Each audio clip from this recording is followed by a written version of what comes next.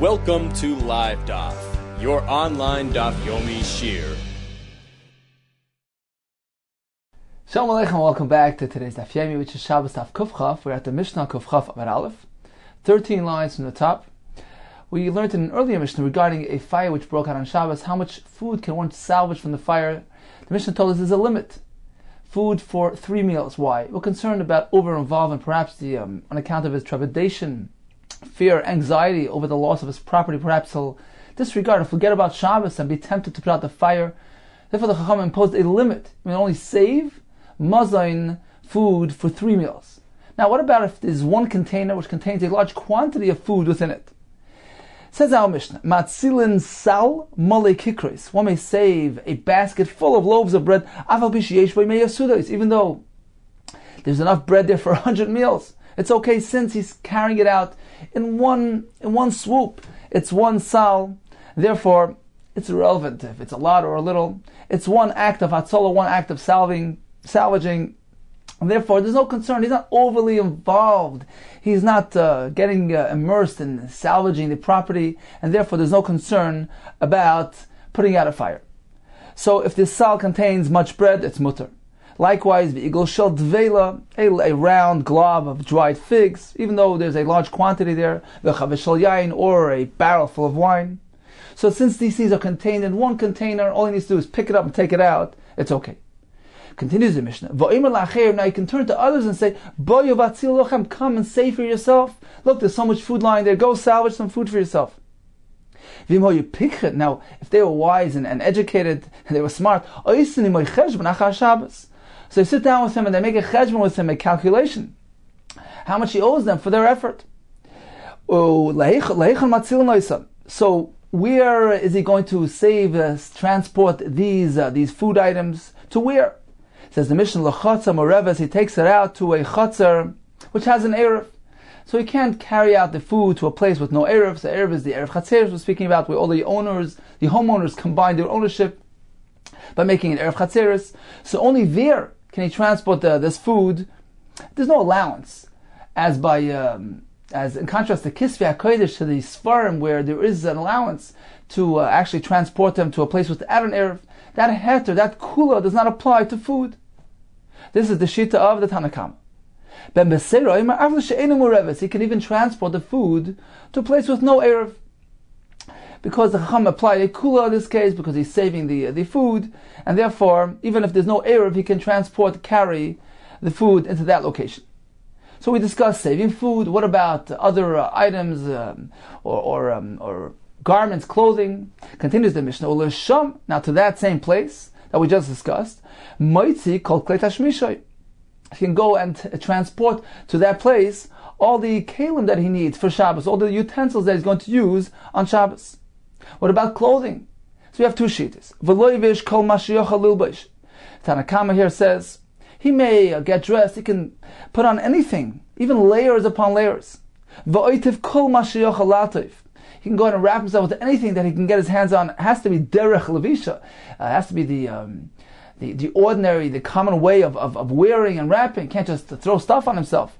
But if he's doing it the proper way, he's dressing properly, wrapping himself properly, he can even do layers, layer upon layer, as many as he can do, and salvage them from the fire in this manner.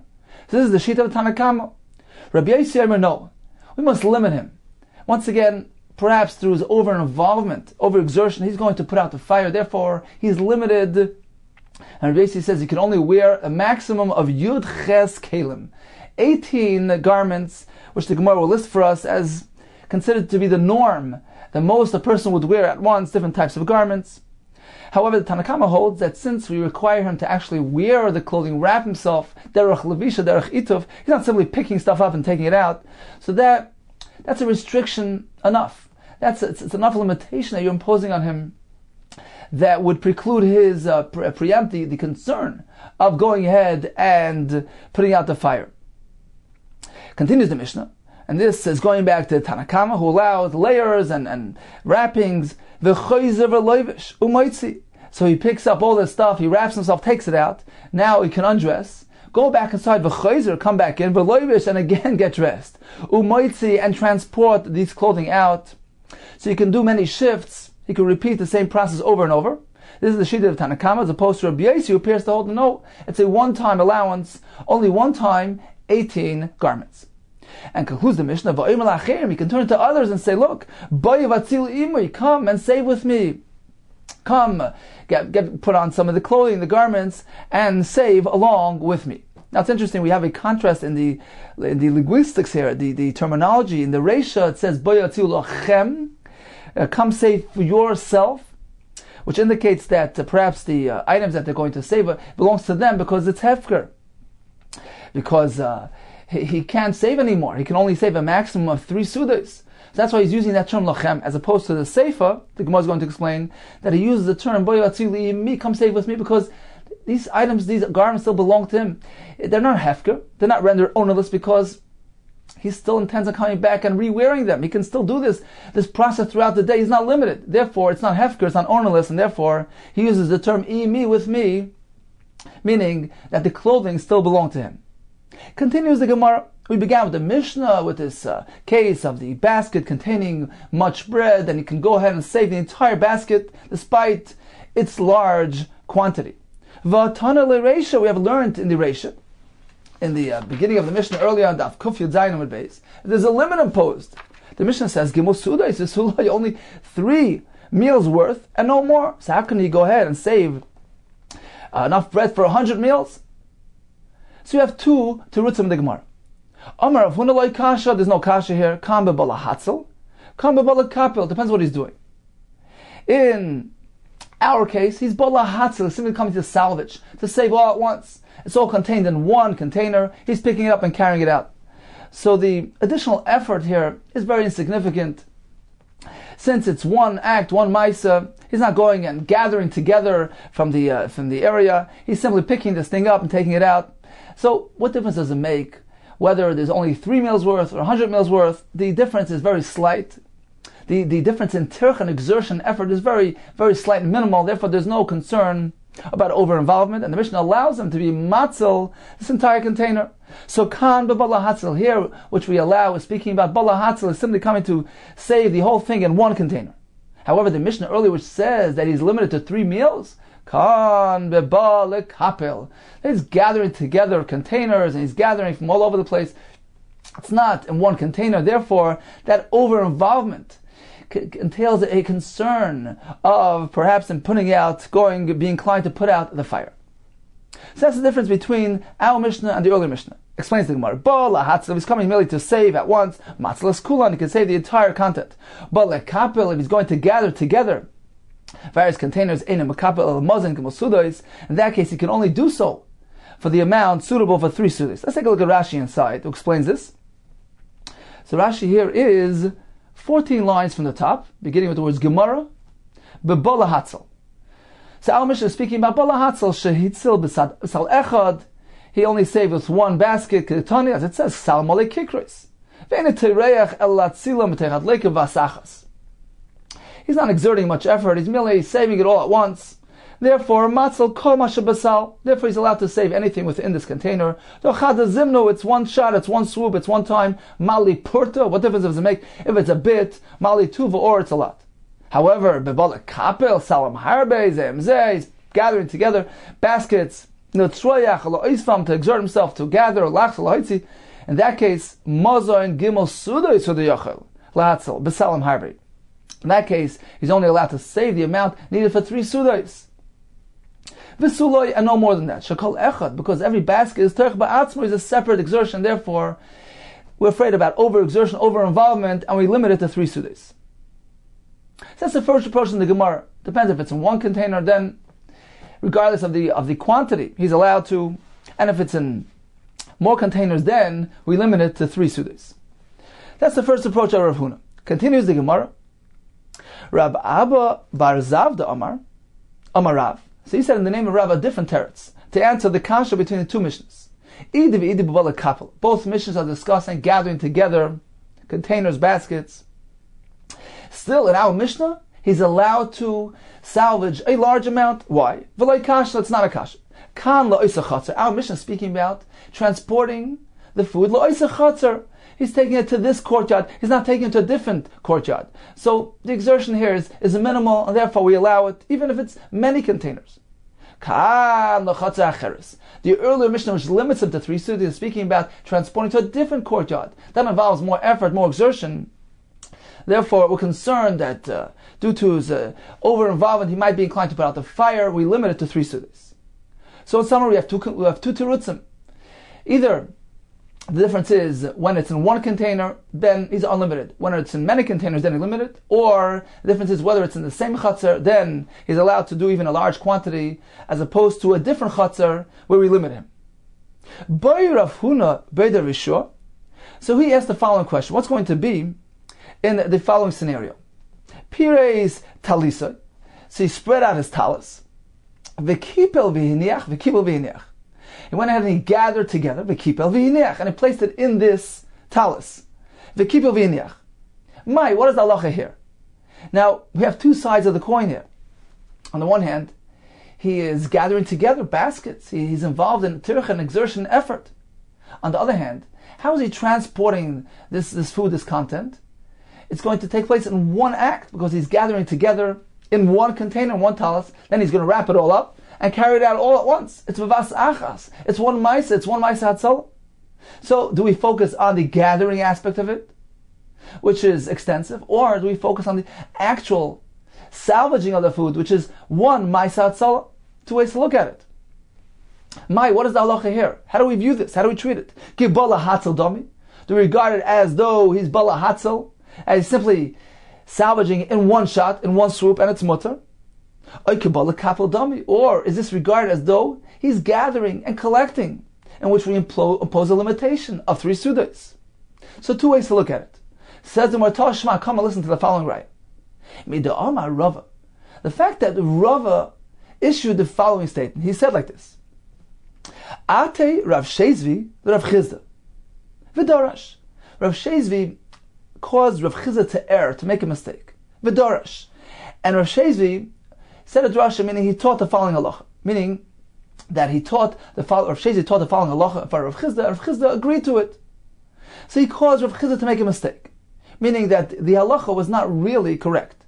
That's what Rava maintains. What was this drasha that Rav Shezi said that according to Rava is incorrect? Going back to that brisa that we mentioned earlier in Daf Yomi, regarding a chavis, a barrel of wine that cracked up, and he's going to salvage the contents. So he brings a kli. The brisa says he can bring a kli, collect the flow of wine, and Rav Shezi says, listen, he's allowed to do it, ubelvad, provide, he must be careful, he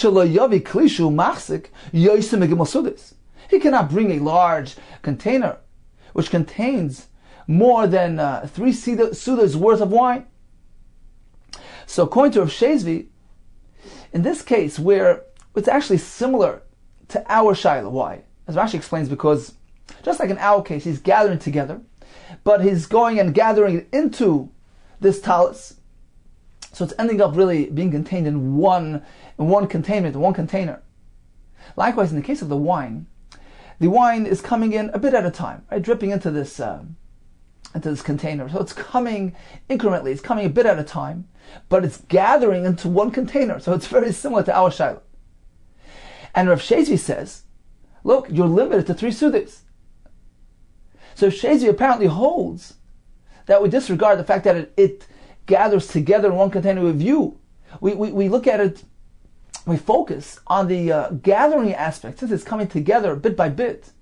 Therefore, we ignore the fact that it's being contained in one container, and therefore he's limited to 3 sudas. Right? That's Rav Shezvi's opinion. Now, Rava, who made a statement as follows, he says, Rav Shezvi, he made Rav Chizda err by saying this drasha in front of him and having Rav Chizda agree to it. So this was a mistake, this was incorrect. This halacha is not true. So apparently, Shema Mino, says the Gemara, we learn from here, Kibala Hatzel Dami, that the halacha maintains that this type of case is regarded as Bala Hatzel, as though he's merely saving it in one swoop, in one act, in one maisa, since he's actually only taking this, because it's all gathering in this one container. It's considered to be one maisa hatzal, and therefore he's unlimited. He's not restricted to 3 sudas.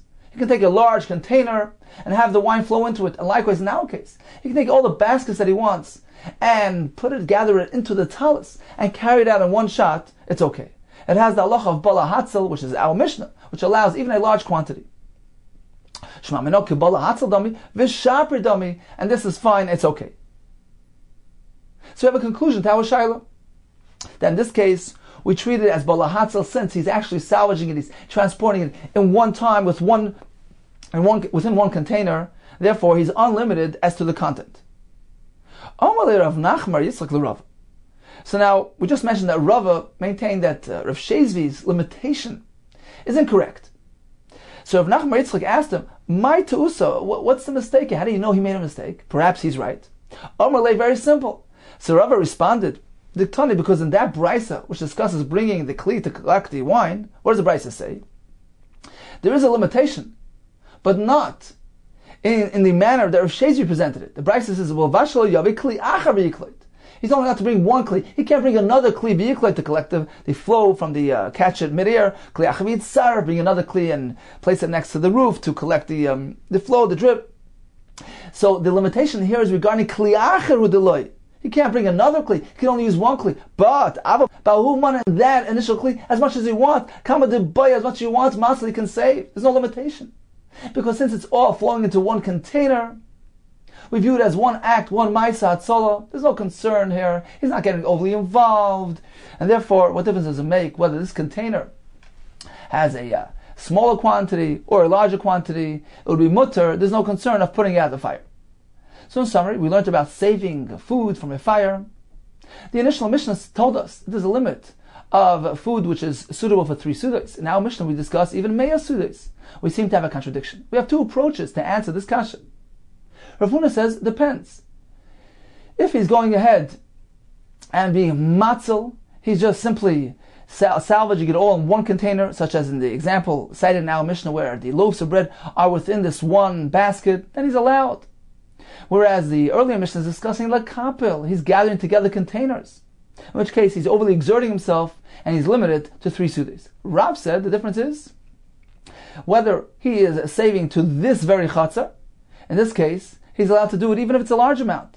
Whereas the earlier Mishnah was discussing transporting to a different chatzar, in which case he's exerting more effort, more tircha, and therefore we limit him only to 3 sudas. The Gemara concludes regarding kipul v'yinich, he gathers together containers and puts it into this one talis, this one container, and carries them all out in this manner. It's one act, it's called bala hatzel, and therefore it's mutter, regardless of the quantity involved. Continues the Gemara, the eagle shall dvela. The Mishnah told us that this fellow announces to others, Boyu ba'atzil lochem, come and salvage for yourselves. And the Mishnah continues, V'im hoyu pikchen, if they were wise fellows, oisni moy cheshbon achar Shabbos. They will make with him a cheshbon, a calculation after Shabbos, to get paid for their efforts. Says the Gemara, cheshbon, my avidite. What room is there to make a cheshbon? Meaning, it seems in the Mishnah that need to return the supplies to him, and in return, in exchange, they'll get paid for their efforts. Why did they need to return the supplies? It's not his any longer. Mefkeru kazahu. They got it from Hefker. It's ownerless. Because, you see, in his words even, it's pretty clear that it's Hefker, because he says, Boy vatzil lochem. Go save for yourselves. The remaining food here is not useful for me, because I can only salvage 3 sudas worth. It's Hefker. So why are they required to return the supplies? The Mishnah here is discussing Midas Chasidus, attribute of Chasidus, of extra piety. Meaning, although halachically speaking, according to the letter of the law, they may keep the supplies, but they have no interest in keeping somebody else's property. They know that it was against his will that he rendered it ownerless.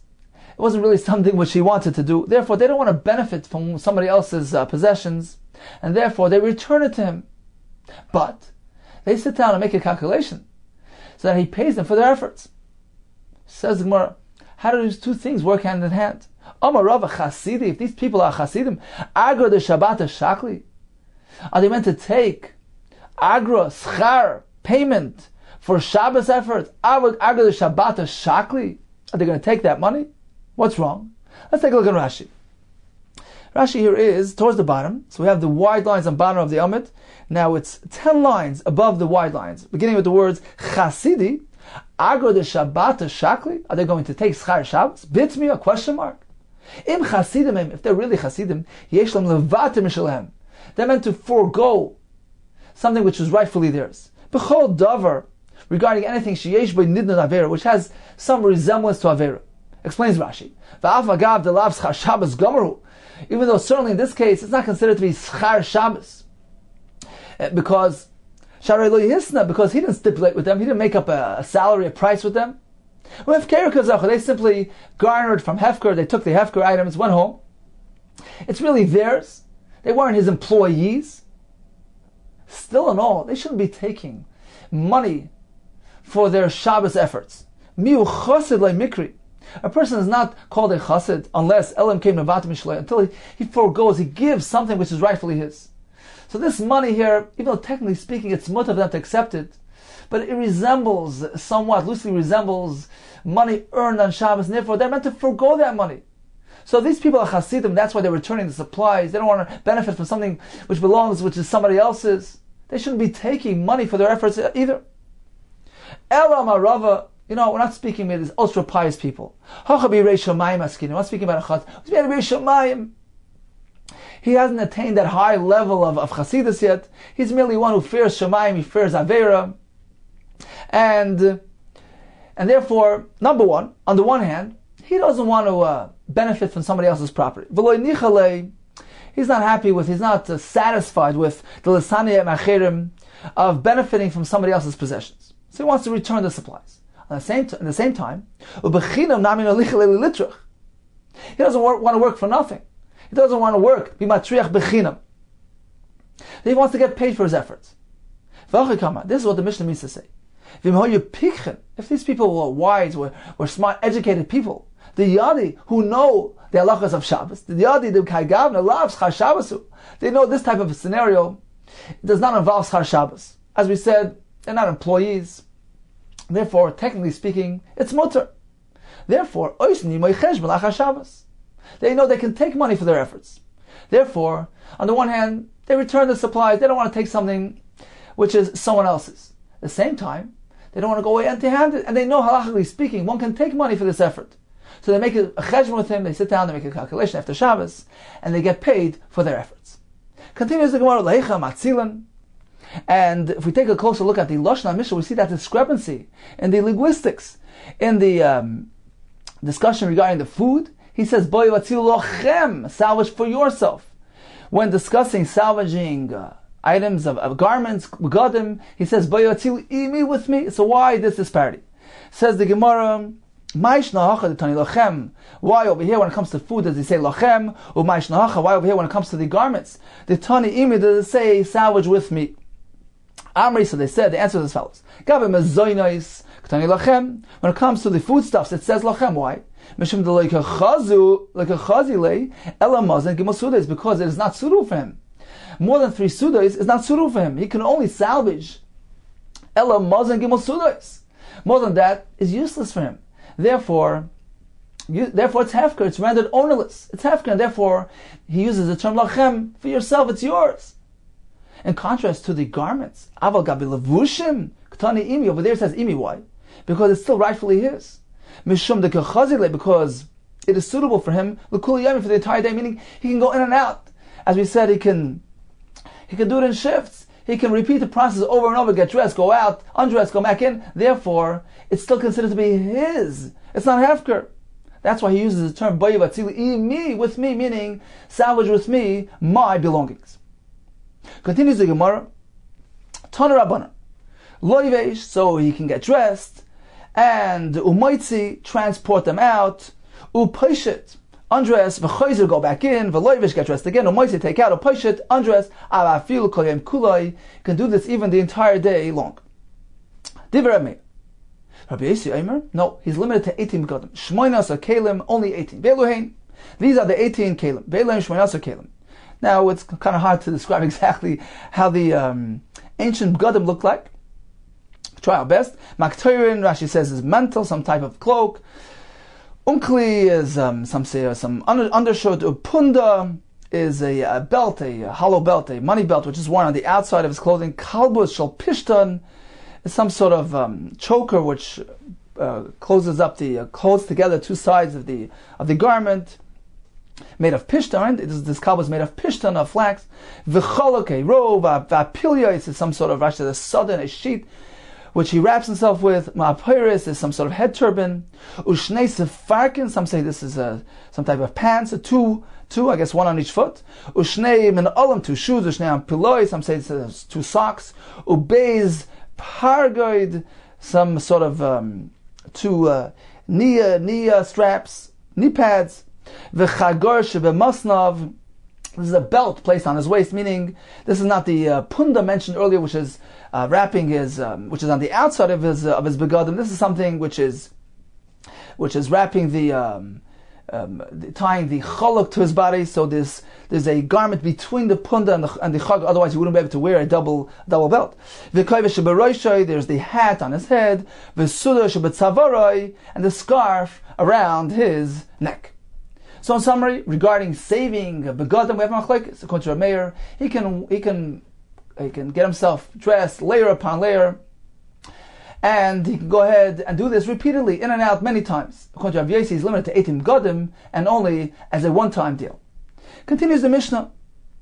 Reb Shimon ben Amnas Omer, person oir shalgdi, one may go ahead and spread the hide, moist hide of a gdi, of a goat, al gabe, on top of shida teva migdal, different wooden types of closets, of armors, different types of chests or closets. So these closets caught fire. She'achas ben ha'sa'ur. So these chests have caught fire, and he's going to spread the oil on top of them on the portion which has not yet caught fire, to blunt the advance of the fire. So this oil, this leather, is fire retardant. So you can do so because the oil merely gets singed, it shrinks a bit. It doesn't burn. So it has that power to protect the chest from the advancing fire. It's a fire retardant. Continues the Mishnah.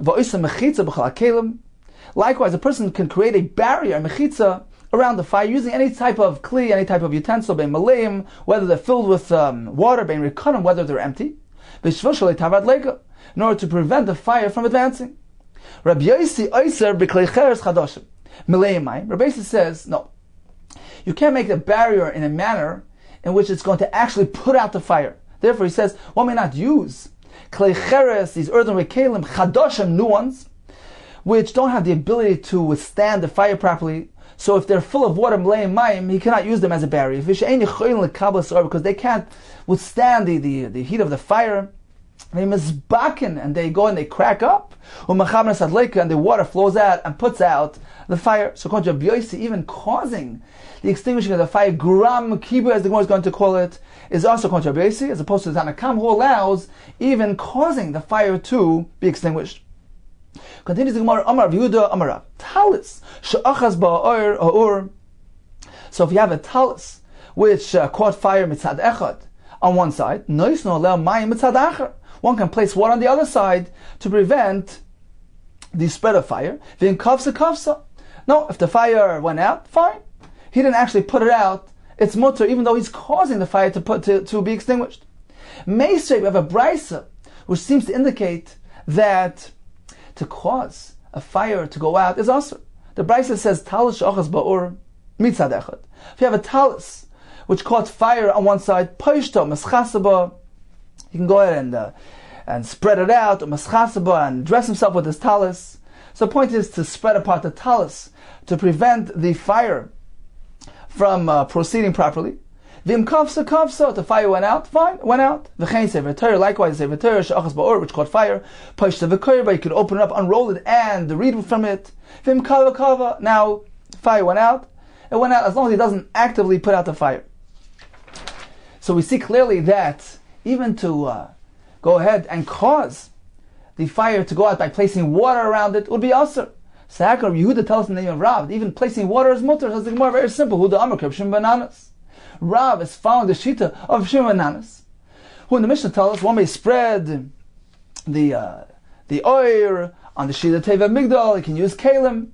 So you see clearly that he can go ahead and spread the fire, prevent the fire from spreading.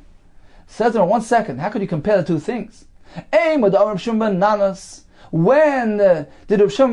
state his halacha? That's only in the case of the leather, of the hide, because he tells us the reason. Because it gets singed, it cringes, it shrinks, but doesn't actually put out the fire like water does. Gram kibui mi amar. Did he say that one is allowed to do causation of kibui to cause the extinguishing of the fire by placing water? It's more yes. Meitani Seifa. Since the Seifa says, Rabbi Yosi oiser b'kleicheres chadashim le'emayim. Rabbi Yosi disagrees with Tanakama. He says one cannot go ahead and use kleicheres chadashim, these new earthenware kelim le'emayim filled with water, she'en mecholim mekabel seor, because they don't have the ability to withstand the fire. They misbaken, and as a result they crack. And the water which runs out puts out the fire. So Rabbi Yosi is the one who prohibits.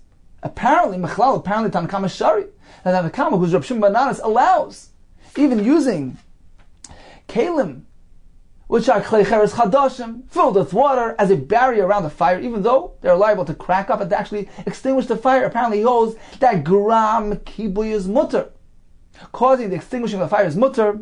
And likewise, Rabbi Yehuda tells us the name of Rav. By the talits, which partially caught fire, he can go place some water there to prevent the spread of fire, which will actually put out the fire, because water is mechab, puts out the fire. So we have a source for the shita, which is the Tanakama of Shimon ben Anas of our Mishnah. Continues the Gemara, Tana Rabbanan Neir Shal Gavi Tavla. If there's a candle sitting on a tray, he needs the tray. Minar Sa Tavla, he can simply shake the tray. V'inay Felas, and the candle simply falls down. V'im Kafsa. If the flame went out, fine, it went out. He didn't actually put it out, and it was a Davar Shein Miskaven. He didn't really intend on putting out the flame, so it's mut. Amri, Devei Rav Yanai. So they said in the Beis Medrash Rav Yanai. But there's one stipulation here. Leishanu, this is only said, this allowance only pertains to a case when he forgot, he inadvertently placed the candle on the tray, in which case the tray is not muktzah.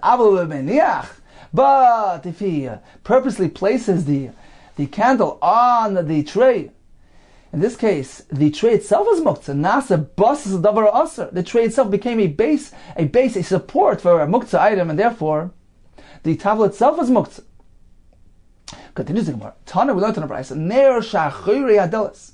If there was a ner situated behind the door, he may open and close the door as usual, without any concern that the gust of wind perhaps will put out the flame, because he's engaged in opening and closing doors. He has no kavanah, has no intention to put out this flame. It's a davar she'enu miskaven, therefore it's mutter.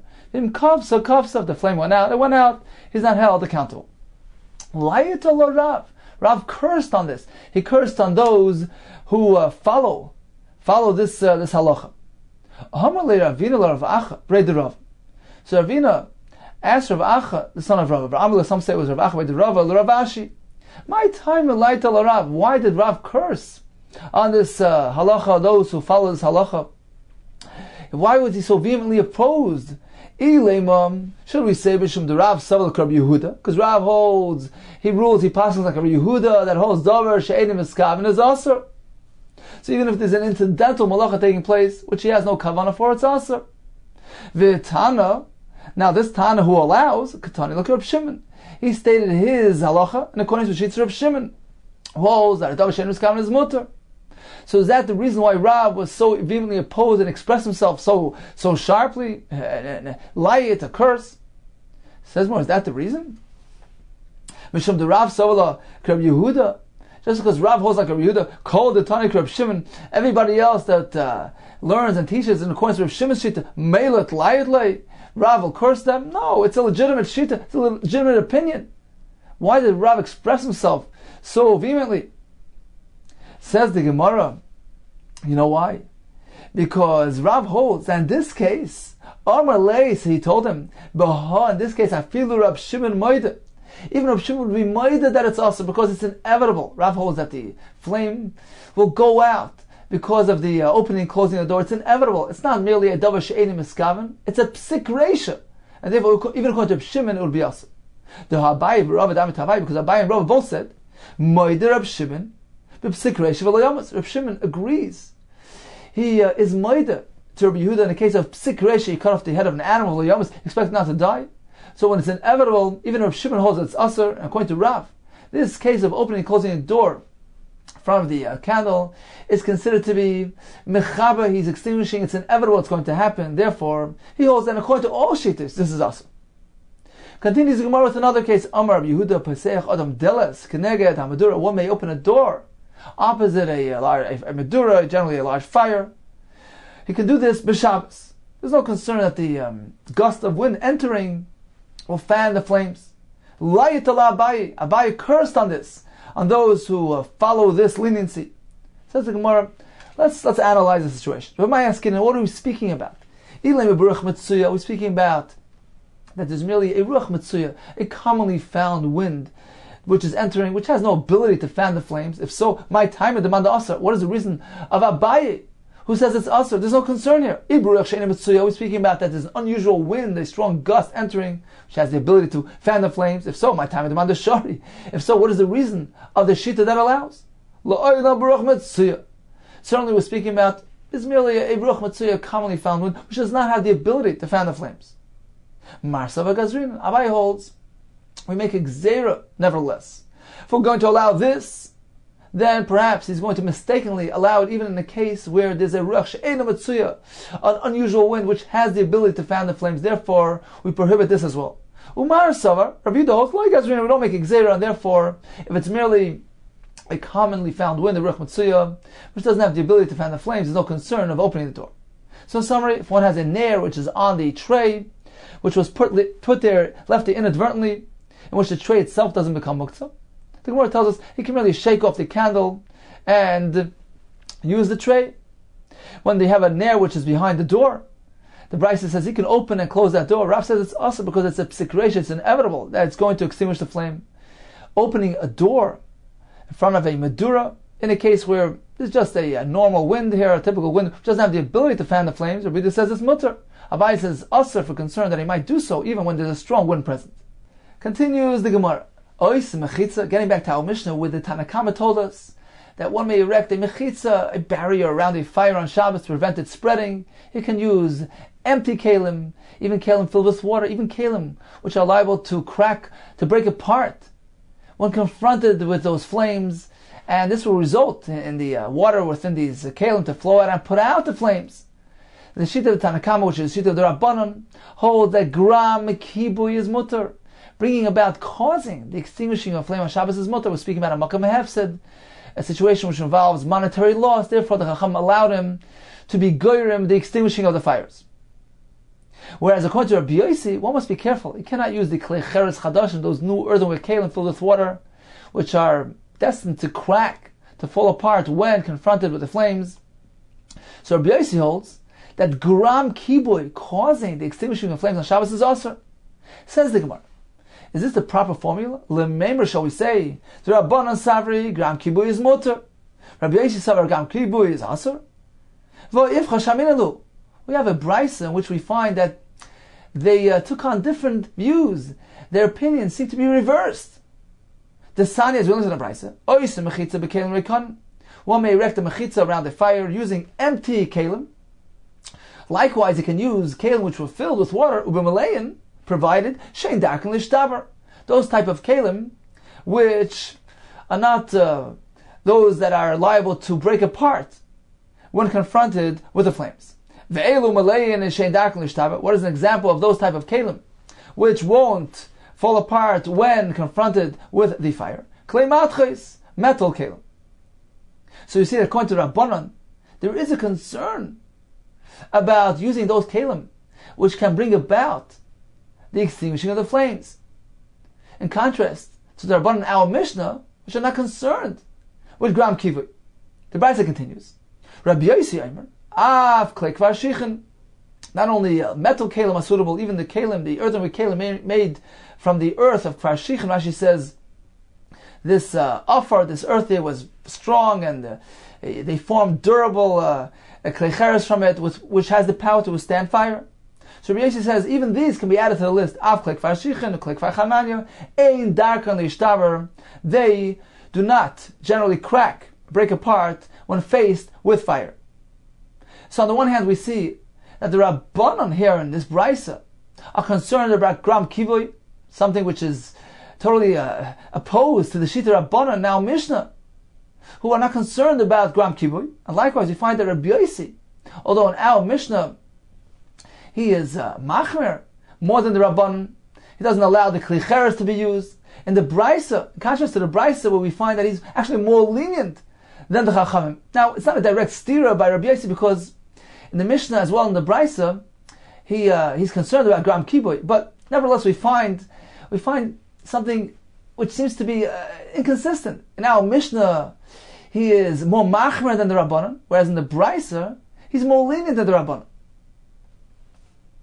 Says the Gemara, "V'chi teima evach masnisen." Perhaps we should say that we should switch around the shitas in our Mishnah, meaning instead of the Chachamim holding that gram kibu is mutter and Rabbi Yossi holding aser, perhaps we'll flip things around. The Rabbanon are the ones who say aser, and indeed that will be consistent with the brisa, whereas Rabbi Yossi will hold gram kibu is mutter. Now, how are you going to explain the words of Rabbi Yossi in the brisa? Says perhaps you'll say Eivach Masisen, we'll switch around the shitas in the Mishnah. If so, how are you going to explain why Rabbi Yossi discusses the Isser of Gram Kiboy? He's discussing which kelim he could use, which kelim he can use. If you're going to switch around the shitas, then it turns out that the Rabbanon are the ones that hold in the Mishnah that Gram Kiboy is Asr. Rabbi Yossi holds Mutter. So why does Rabbi Yossi in the Brisa relate to specific type of kelim which don't break apart? Apparently he's also concerned about causing Kiboy. Says the Gemara, no. Rabbi Yossi the Brisa, l'davrayim kamar. He's merely relating to their words. I myself don't hold that there's any concern about gram kiboy. I hold it's mutter. You who are concerned about gram kiboy, and therefore you only allow clay matris to be used, I want to tell you, you can add another 2 types of clay cheres to your list, those which are durable, which will withstand fire. Says the Gemara, Omi matzas achvasla. Can that be? Can you go ahead and switch around the shitas? That the Rabbanon are the ones who hold that gram kiboy is aser. Rabbi Yossi holds mutter. Va'amar Rabba batachlifa mishmei de Rav. He said in the name of Rav, Man Tana gram kiboy aser. Who teaches? Who holds that gram kiboy is aser? Rabbi Yossi. It's Rabbi Yossi. So apparently he's the one that says aser. So you can't switch the shitas around. It's actually the Rabbanon who say mutter. Rabbi Yossi says aser. Ella rather the oil sefer. Indeed, let's not switch things around. Urbraisa kula Rabbi Yossi. Let's not switch things around. The Rabbanon hold gram kiboy is mutter. Rabbi Yossi holds aser. How are we going to reconcile the brisa with the Mishnah? Says the Gemara, the entire brisa actually is expressing Rabbi Yossi's view. There's no Rabbanon included there at all. Urbraisa kula Rabbi Yossi. V'chasur mechsra. Now let's learn the brisa as though it's missing some words. V'chitanin. This is how we're meant to learn it. The brayse begins, one may make a mechitza using empty kelim, u'b'malayim, likewise with ones which are filled with water, provided they are the types of kelim shein daken l'shdaver, which don't generally break when faced with the fire. Ve'elu ein kelim shein daken l'shdaver. What is an example of these kelim? Klei matchos, metal kelim, u'klei kvar shicha, u'klei kvar chananya nami. Those as well, ein daken l'shdaver, they will not break when confronted with the fire. Because Rabbi Yossi says, they too fit the bill. They are resistant. They will not break apart when faced with the flames. So the entire brayse is actually Rabbi Yossi. Indeed, the Rabbanon maintain gram kiboy is mutter. Rabbi Yossi holds gram kiboy is aser. Exactly how their views are recorded in our Mishnah. The brayse is merely Rabbi Yossi's opinion, who holds gram kiboy is aser. And he's listing for us those kelim which are fire resistant, which won't break apart in the face of fire. And he is compatible. He's going along with his shita that gram kiboy is aser. Continues the Gemara. V'rami d'Rabbanan. Now we can go ahead and ask a stira contradiction. Between the Rabbanan and our Mishnah hold that causing is mutter, in contrast to a different Rabbanan found in the next brayse who seem to hold that causing bringing about is aser. V'ramid Rabbi Yosi Rabbi Yosi. Likewise, we seem to have a stira between Rabbi Yosi and our Mishnah holds that bringing about is aser, and conscious Rabbi Yosi in the following brayso who holds that being goyim is mutter. The sign is learned in the brayso. Harei shoyah shem kosel absori. If one had a shame of Hashem written on his flesh, harei zeh lo yirchatz. He may not go ahead and wash that area because one may not erase the shame of Hashem. We're going to learn from a pasuk soon. Likewise, he can't anoint that area. He shouldn't stand in an unclean area, which is disrespectful for the Shem Hashem, on his flesh. Now, let's say he encountered a tefillah shel mitzvah, an obligatory tefillah. He was telling needs to be toivel. What should he do with the Shem Hashem? He wraps on the Shem Hashem a gemi, a reed grass to cover it. And he goes down and he's toivel. So he cannot go down without any protection because we're concerned that he's being goyim, he's bringing about, he's causing the mechika, the erasure of the Shem Hashem. So you see clearly that the Rabbanan here are concerned about being goyim. Continues the Brayso, Rabbi Yosi Aimer, he has no problem. He can go down and be toivel as usual. Provided he doesn't actually scrub that area and manually erases the Shem of Hashem. So bringing about, causing, is mutter. So this is unconscious. Rabbi Yosi, who tells us in our Mishnah that causing is aser. So that's not Shani Hasam. Over there it's different. The Amar Krab, because the pasuk says, "V'yibadatem shmam and amakamahu." This is referring to the name of the Zara. You want to erase, to get rid of their name, the name of the Zara from that place. Don't do this to Hashem, meaning don't erase Hashem's name. The pasuk employs the term sasun. We learn from here asiyahu da aser. Strictly doing, manually erasing Hashem's name, that is what's aser. Grama, but merely causing, bringing about, surely that's mutter. So that reconciles, that's a teretz on Rabbi Yosi. Why does he allow goyim by erasure, by mechik of Hashem? Because the pasuk employs the word asiyah, implying that merely causing, bringing about is mutter. Says the Gemara, 1 second, if that's the case, likewise over here by Shabbos it says, don't do any malacha. Asiyu the aser. Actually doing the malacha, actively doing with a ma'aseh, a gram shari, merely bringing it about. Gram kibu should be mutter. So why does Rabbi Yosi hold that gram kibu is aser? Says the Gemara, you know what? Technically speaking, it would be mutter, but there's an additional concern. Since a person is full of trepidation, is anxious regarding his property that's going up in flames. Says Rabbi Yosi, if you allow him even to be goyim kibui, he might be tempted to actually put out the flames. Therefore, Rabbi Yosi maintains that Shabbos is unique. Putting out a flame is unique. Even though, technically speaking, we should allow it, but there's a concern that if we allow it to be done even by way of causation, even by grama, he would go ahead and actually put it out. Therefore, Rabbi Yosi holds that gram kibu is asa. Says the Gemara, now if this is the case, kasha d'Rabbanan, the kasha of one Rabbanan on the other Rabbanan is very difficult. You know what? It's even more difficult now. The Rabbanan in our Mishnah who allow gram kibu, causing the extinguishing of the flames, as opposed to the Rabbanan in the Brayso who say that causing the erasure of Hashem's name is asa. Why is it even more difficult now? Uma hasam. Now, since we find it over there by the fire, despite the fact that there's an additional concern, the Adam Bolam Amayna, you just said a person is full of behilos, trepidation regarding his property. Shari, nevertheless, they're not concerned about the fact that if you allow him this, he's going to go and do that due to his over-involvement. They allow it. They allow in our Mishnah to protect one's property, to surround the fire using all types of kelim, even those that break apart and bring about the kibui of the fire. So if they allow it over there, and certainly over here by the Shem Hashem, where there's no such a concern about putting out fires, etc. So certainly they should allow one to bring about the erasure of Hashem's name. So why do they insist on placing the gemi to protect the name of Hashem from the waters? Says the Gemara, 1 second. V'tizbara. Do you really think that's the pshat in this brayso? That is the concern that we're dealing with, erasing Hashem's name? Hi gemi hechidami. Let's analyze this gemi that he's placing on his hand. Hechidami. How is it taking place? If it's placed firmly and tightly, kavachatzitza.